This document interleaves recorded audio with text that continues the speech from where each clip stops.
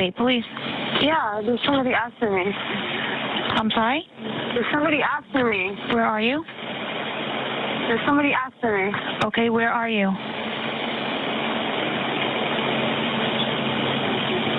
There's somebody after me. Where are you, ma'am? I don't know.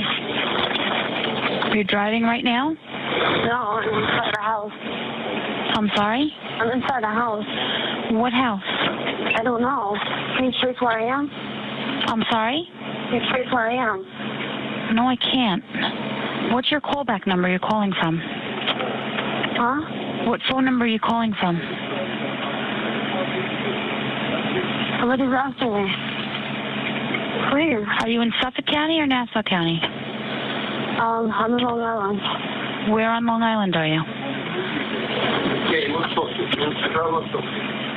No. No.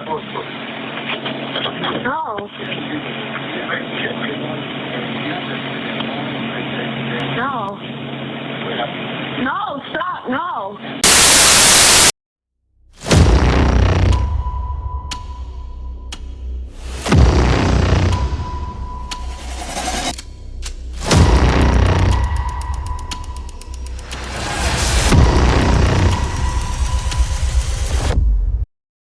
The mystery of Lisk started in May 2010, when a young woman named Shannan Gilbert vanished from the sleepy, remote town of Oak Beach on Long Island.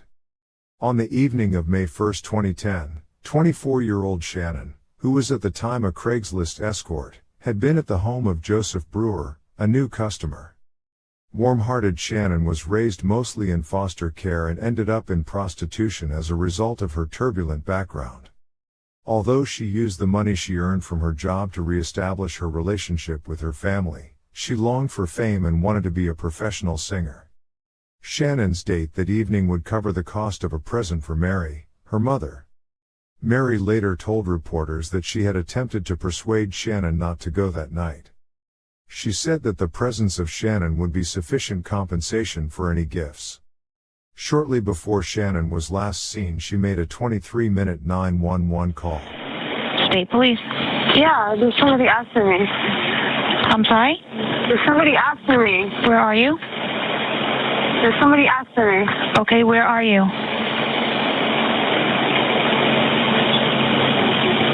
There's somebody after me. Where are you, ma'am? I don't know. You're driving right now? No, I'm inside the house. I'm sorry? I'm inside the house. What house? I don't know. Can you trace where I am? I'm sorry? Can you trace where I am? No, I can't. What's your callback number you're calling from? Huh? What phone number are you calling from? Somebody's after me. Please. Are you in Suffolk County or Nassau County? I'm in Long Island. Where on Long Island are you? No. No. No. No, stop, no. Where in Long Island are you? In Suffolk County? Nassau County? Huh?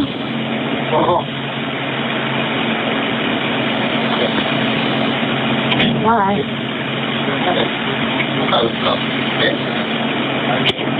Why you call me by my name? Why? County, you on the line? Stop. Please. Stop it, please. Please stop. Please, can you shut the door? No, time to go. Please. Please. Please. Go that way, please. Come on, let's go. Come on, we're all going outside. Come on, go outside. Come on, all of us. Come on, we're all going outside. Come on. No, please. Come on. Come on. Please, come on. Please. Come on. Why? Shannan was at Joseph's house at that time, yelling, "They're trying to kill me."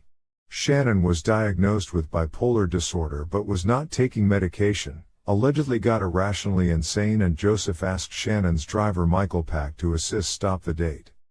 Shannan eventually fled from Joseph and Michael into the darkness after dialing 911, knocking on neighbors' doors, and pleading for assistance.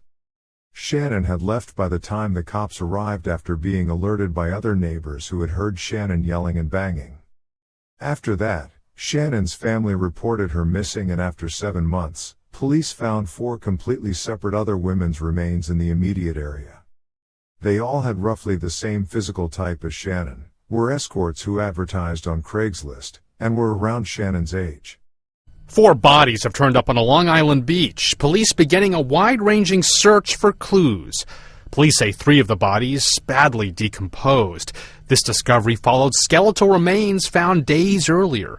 Authorities made the find as they investigated a missing persons report, looking for a 24-year-old woman from Jersey City. Shannan Gilbert was last seen in May. Police say the woman worked as a prostitute, arranging to meet a client on Fire Island, about a mile from Oak Beach, where the bodies were found. On December 10, 2010, Detective John Malia and a K-9 trainee searched for bone remains along Ocean Parkway's northern border. They discovered remains of another young lady who were recognized as Melissa Barthelemy of the Bronx. A young lady who was last seen in July 2009 also offered escort services on Craigslist. In the days following her disappearance, a man suspected to be her killer made numerous calls to her younger sister from her phone. The sister reported the caller as being nasty, sarcastic, and offensive. The caller asked if she was a whore like her sister. Police were able to track some of the calls to Massapequa and Madison Square Garden, but they were unable to identify the callers. Melissa's mother said that there were a lot of calls to Manorville in Suffolk County from Melissa's phone around the time of her disappearance. We are here today to announce that all 4 women whose remains were discovered in Gilgo Beach last month have been positively identified. The victims are Maureen Brainard Barnes, Melissa Barthelemy, Amber Lynn Costello, and previously announced Megan Waterman of Scarborough, Maine. It does appear to us at this time that the same person or persons are responsible for all of these murders. They were killed in another location, and their remains were transported to the Gilgo Beach area that you see. Maureen Brainard got into the escort business because she needed money to pay for her home. Once she was caught up with her mortgage, she left the sex industry for 7 months but returned to it after receiving an eviction notice. She was last seen on July 10, 2009, at the same time as Melissa Barthelemy. Shortly after her disappearance, a friend of Maureen received a call from a man from an unfamiliar number. The man claimed that he had just seen Maureen and that she was alive and staying at a whorehouse in Queens. The person sounds the same who called Melissa's sister. He told her he would call back and give her the address, but he never called again. She said the man had no discernible New York or Boston accent. Megan Waterman was 22 years old when she was last seen on June 6, 2010. She was originally from Scarborough, Maine, and worked as a sex worker, using the identities Lexi and Sexy Lexi to offer her services on Craigslist and Backpage. In addition to staying at the Holiday Inn Express in Hauppauge, Long Island, Waterman was also a well-known local hotel and motel guest. On the night she disappeared, she left the hotel to meet a client after calling her pimp, who was in Brooklyn at the time. Waterman was reported missing to the Scarborough, Maine Police Department on June 8, 2010, as her family grew concerned when she didn't check in on her young daughter. Suffolk County Police were contacted to assist in the investigation. Tragically, Waterman's body was discovered on December 13, 2010, during the search of Shannan Gilbert on the north side of Ocean Parkway near Gilgo Beach. On the night Amber Costello vanished, September 2, 2010, she had received several calls from a client offering to pay her $1,500 for the services. Her sister was also a sex worker at one time, reportedly said in 2012 that she would continue to use Craigslist in the same manner as her sister in an effort to catch her sister's killer. At this point, police have 4 bodies, one missing woman, Shannan Gilbert. All had worked as escorts, all were petite and all were about the same age. Because of the proximity of their burial ground to a secluded waterfront called Gilgo Beach, they became known as the Gilgo Four. Shannan Gilbert went missing more than a year ago. The 24-year-old sex worker from New Jersey was last seen alive here in Oak Beach. For Shannan's mother, Mary, it's been more than a year of fear and confusion, of waiting and wondering for word about her daughter's whereabouts. I just wish that they would find her or find the person involved and catch the psychopath who's doing this and put an end to it. Later on, in July 2016, Shannan Gilbert's mother, Mary, was killed by her own daughter, Shannan's sister Sarah Gilbert, who was suffering from schizophrenia and just out of the mental hospital. She also threatened her 8-year-old son to kill. A grisly murder for a family already torn apart by tragedy. The mother of Gilgo Beach victim Shannan Gilbert found stabbed to death inside her home, and one of her own daughters is accused of the crime. CBS 2's Brian Coneybear has the story. One family hit by two horrific crimes, the latest inside this Ulster County apartment house. They catch the person or persons involved in Shannan's murder. Then they will also connect the other murders to Gilgo Beach, and we could stop a serial killer. Mary Gilbert's mission was to find the serial killer she believed murdered her daughter Shannan on Long Island. But now the 52-year-old herself has been murdered, allegedly by another one of her daughters, Sarah Gilbert. Think about it, a mother being murdered by her own child? Can there be anything that you can consider more horrible than that? John Ray is the Gilbert family attorney. He's been trying to help solve Shannan Gilbert's 2010 murder.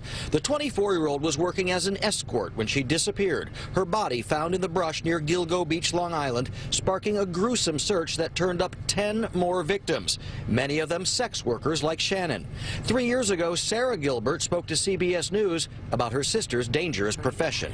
She pretty much thought that, it would never happen to her. 27-year-old Sarah Gilbert and her mother lived in separate apartments here at 9 Warren Street in Ellenville. Police say just after 2 p.m. Saturday, Mary was found dead in Sarah's apartment. Mary was invited into Sarah's home, and in the living room, she was knifed to death. Attorney John Ray says Sarah is schizophrenic, in and out of mental hospitals, and turned violent in recent months, even threatening to kill her 8-year-old son.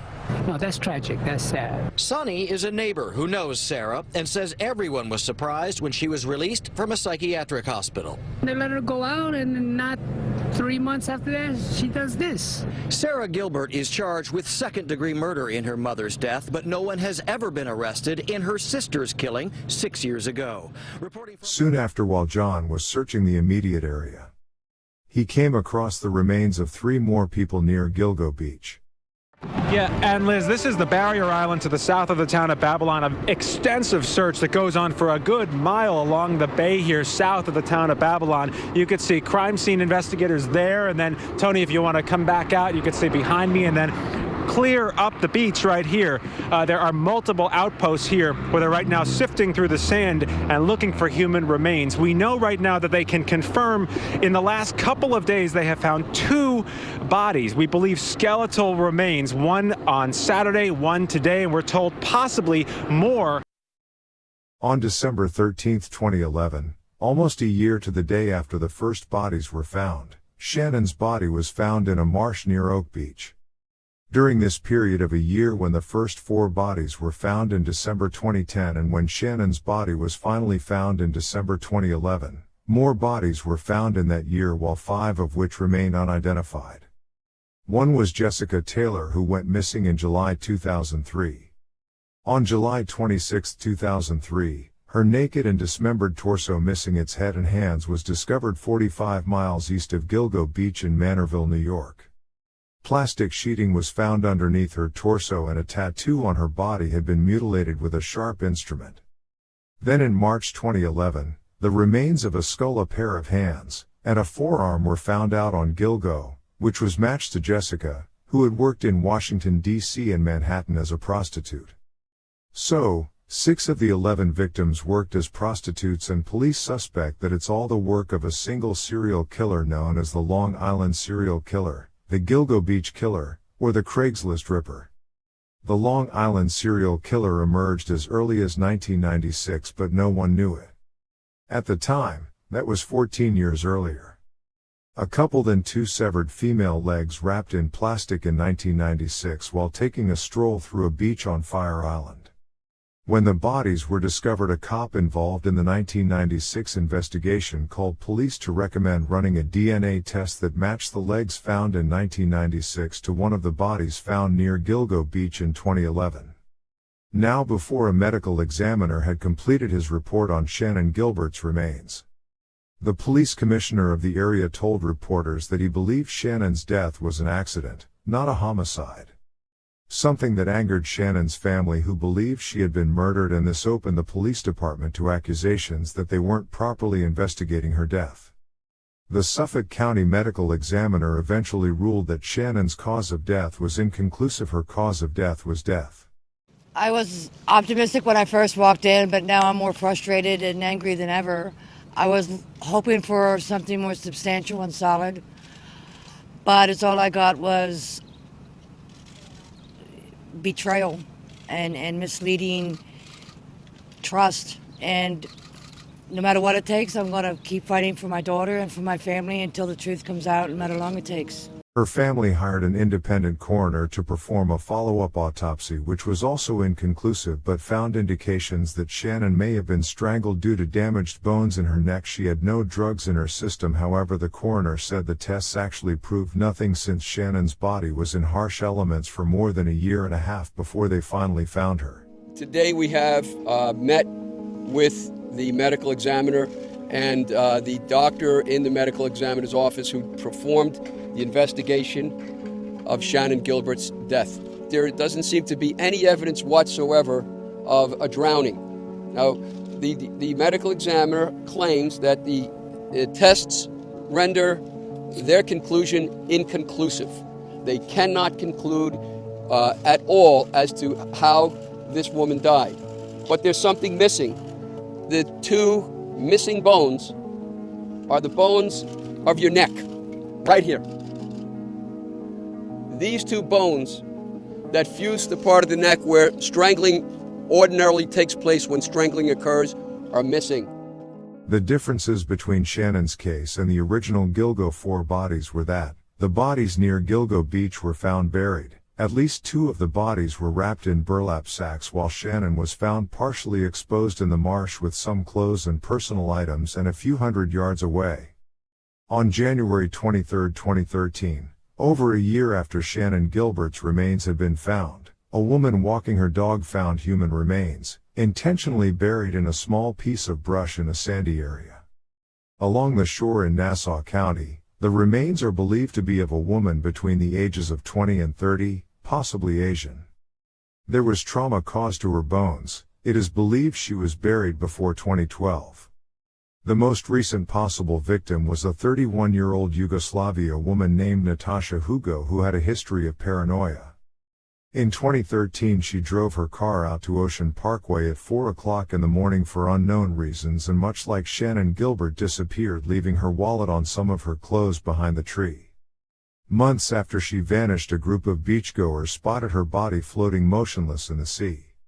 As we approach the anniversary, on behalf of the Suffolk County Police Department, I want to convey to the loved ones and the family of all the victims that we are dedicated to do everything we can to solve this case. I've invited the FBI to work in close collaboration with the Suffolk County Police Department in investigating these murders, and I want to thank the FBI for agreeing to do that.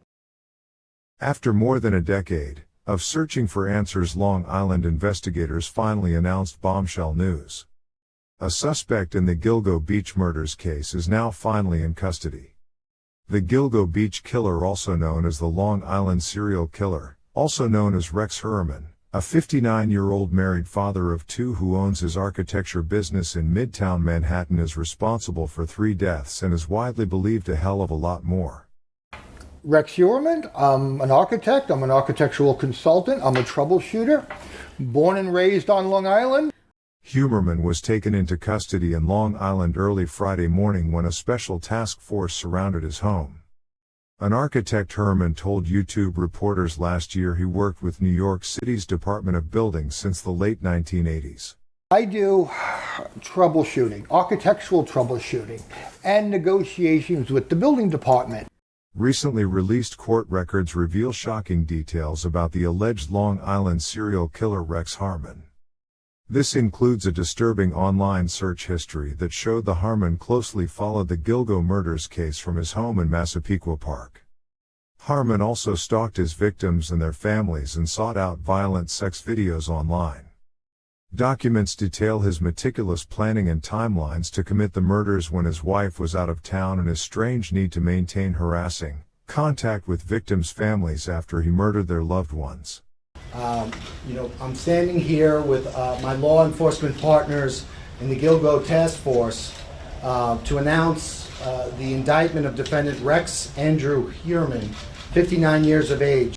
Officials claim Harmon is responsible for at least 3 murders that plagued the Long Island community starting back in 2010. Since then 11 sets of remains have been recovered in the secluded Gilgo Beach area of Suffolk County, New York. These young women went missing between July of 2007 and September of 2010. They were found in December of 2010 by the Suffolk County Police Department, and then there was nothing. Absolutely nothing. For the next 13 years, their cases went unsolved until today. In early 2022, officials say a new Gilgo Beach task force comprised of Suffolk County Police Department, the Suffolk County Sheriff's Office, New York State Police and the FBI were established. Just weeks later, investigators narrowed on Harmon as the prime suspect. We took analysts, we took detective investigators, and they worked on a daily basis with other talented investigators from all of the agencies here. We started that in February 1st, in 2022. 6 weeks later, on March 14th, 2022, the name Rex Herman was first mentioned as a suspect in the Gilgo case. For more than a year, investigators kept watch on Harmon, during which time they used more than 300 subpoenas, search warrants, and other legal processes to collect evidence.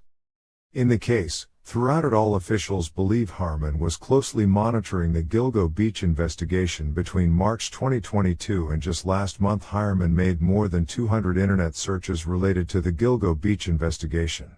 Looking up a quote, "Why could law enforcement not trace the calls made by the Long Island serial killer, and why hasn't the Long Island serial killer been caught?" On top of that, court documents show Herman's home IP address. Follow the Suffolk County Police Department's Gilgo News website for updates on the investigation. That's why officials opted for grand jury proceedings in his case. So the grand jury has two things. It has power, it has reach. You can obtain documents, you can interview witnesses. But the other thing that the grand jury has secrecy. No one knows what you do when you operate a grand jury proceeding. And we knew that when we were investigating this case and when we dealt with the media or whatever it was we were doing, we were playing before a party of one. Because we knew the person responsible for these murders would be looking at us. So we were very careful how we handled the investigation. We maintained the integrity of the investigation. Most importantly of all, we maintained the secrecy of that investigation. And I think that's paid dividends as we've seen today. Investigators primarily pointed to Herman's alleged use of burner phones. One thing that became immediately apparent was at the time of each of the murders, the murderer, the defendant Herman, he got a cell phone and a burner phone, which is prepaid and anonymous. And for each of the murders, he got an individual burner phone, and he used that to communicate with the victims. Then shortly after the death of the victims, he then would get rid of the burner phone.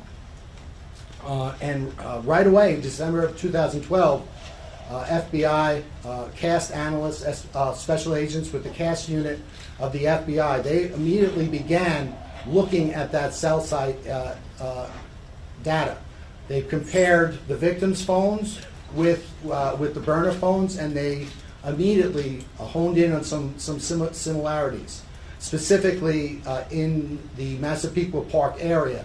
And they looked at an area of a confluence of 4 cell towers, and they realized that this had significance because the perpetrator of these crimes was probably located within this area at or around the times of the murder. And that was mapped out. That was called the box, and it was an area in Massapequa Park. Officials say Humerman used fictitious names, email accounts, and burner phones to contact victims in the case, and investigators used Humerman American Express records to show he was in the same location as multiple of the burner phones when they were used to contact victims. Court documents read in part, quote, "Significantly, investigators could find no instance where Harmon was in a separate location from those other cell phones when such a communication event occurred." We also went back and looked at his cell site records, and we compared his personal cell site records with that of the 4 target phones, and we saw that there was areas of commonality. In other words, that whenever the target phones would bounce off a cell tower, if the Humerman personal phone bounced off a tower, it was always consistent and in close proximity with the target phones. And at no time was there ever an instant where those target phones were, for instance, in New Jersey while the defendant was on Long Island. So that was completely consistent. Investigators says the hireman was also consistent when selecting victims and disposing of their bodies. They were buried in a similar fashion, in a similar location, in a similar way. All the women were petite. They all did the same thing for a living. They all advertised the same way, and there were similarities with regard to the crime scenes. All the women were bound at the head, at the midsection, or at the chest, and later at the legs. 4 primary victims identified in this case: Maureen Brainerd Barnes, Melissa Bartolome, Megan Waterman, and Amber Costello were working as escorts at the time of the murders. Investigators note Hireman's internet search history included specific searches for sex workers and torture-related porn, including, quote, "Mistress Long Island, mature escorts Manhattan, and girl begging for rape porn." But officials allege Hireman got more specific with his research too. There was a lot of torture porn and what you would consider depictions of women being abused, being raped, and being killed. Officials alleged Hireman had a disturbing fascination with victims' family members, staying in contact with them and making, quote, taunting calls. Court documents show how he used the victims' personal phones to contact their families after their murders. Maps show Hireman phone ping in the same location as the victims' phones during the time frame when their families received calls. He was compulsively searching pictures of the victims, but not only pictures of the victims, pictures of their relatives, their sisters, their children, and he was trying to locate those individuals. Investigators point out Hireman's wife was out of town when multiple victims were killed. We looked at the Humerman family travel records, and we learned that during the murders of the last 3 women, Bartholomew, Waterman, and Costello, that during the commission of those murders, the defendant's wife and children were out of New York State, and he was alone in the tri-state area. Though his wife may have been out of the area for multiple of the murders. Investigators say what is believed to be her hair was recovered on multiple victims' bodies. One of the things that we did is we followed him because we wanted to get an abandonment sample of his DNA, which we were able to do. We also got DNA samples, abandonment samples from his family. And then we went back and we got mitochondrial DNA testing. But investigators also matched Hireman DNA to hair recovered at the crime scenes. According to court documents, investigators recovered a pizza box Hireman threw away in January 2023. The Suffolk County Crime Lab analyzed a piece of leftover crust connecting it to Hireman. Rex Hireman is a demon that walks among us, a predator that ruined families. And if not for the members of this task force, he would still be out in the streets today. However, even with this arrest, we're not done. There's more work to do in this investigation regarding the other victims of the Gilgo Beach bodies that were discovered. Officials say the investigation is still underway and new evidence could soon be collected. Hireman is being held without bail on charges of first and second-degree murder in the deaths of Bartholomew, Costello, and Waterman. He has pleaded not guilty to all charges and is due back in court on August 1st. The wife of Rex Hireman filed for divorce on 29th of July, right after his arrest, and pleaded media to leave them alone so they could live normal lives. Investigators say that they need time to analyze and catalog what they found. Police from other states are also looking for potential connections to other unsolved cases.